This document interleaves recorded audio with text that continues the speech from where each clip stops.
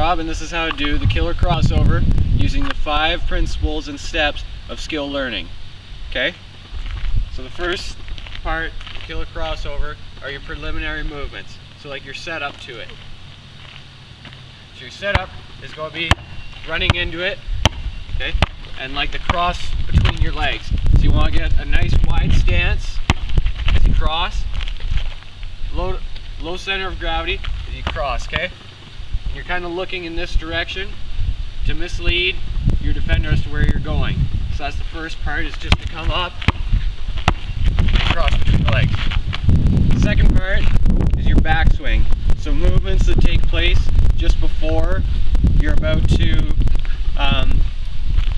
just before your force producing incident or force producing moment. So that is also part of your crossover between the legs. That's kind of like this point where you have the ball here, where you're just ready to rip it through for the crossover.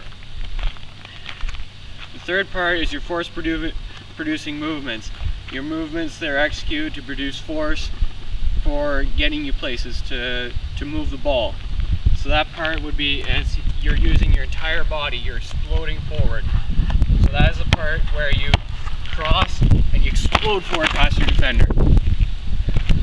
That's because you're shifting your weight from here and then you quick.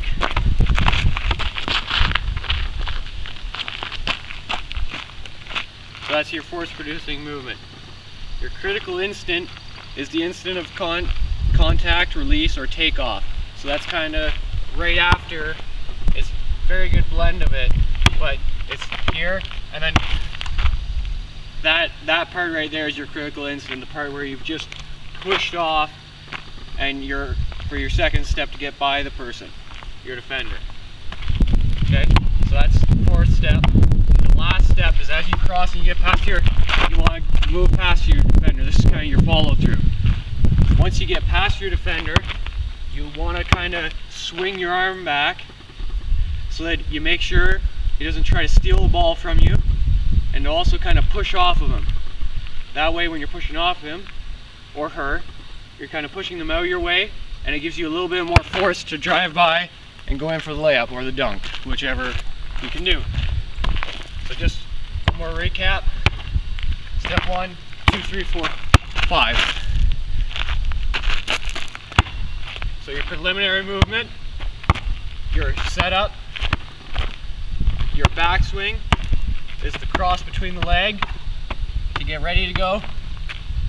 Your force producing movement is your cross between the leg and then step forward. Your explosion forward past the person.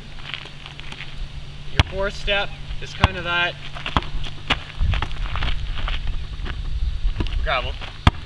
Your fourth step is your cross, and your final and last step to it is your follow through, where you're going to cross, push the defender and keep going.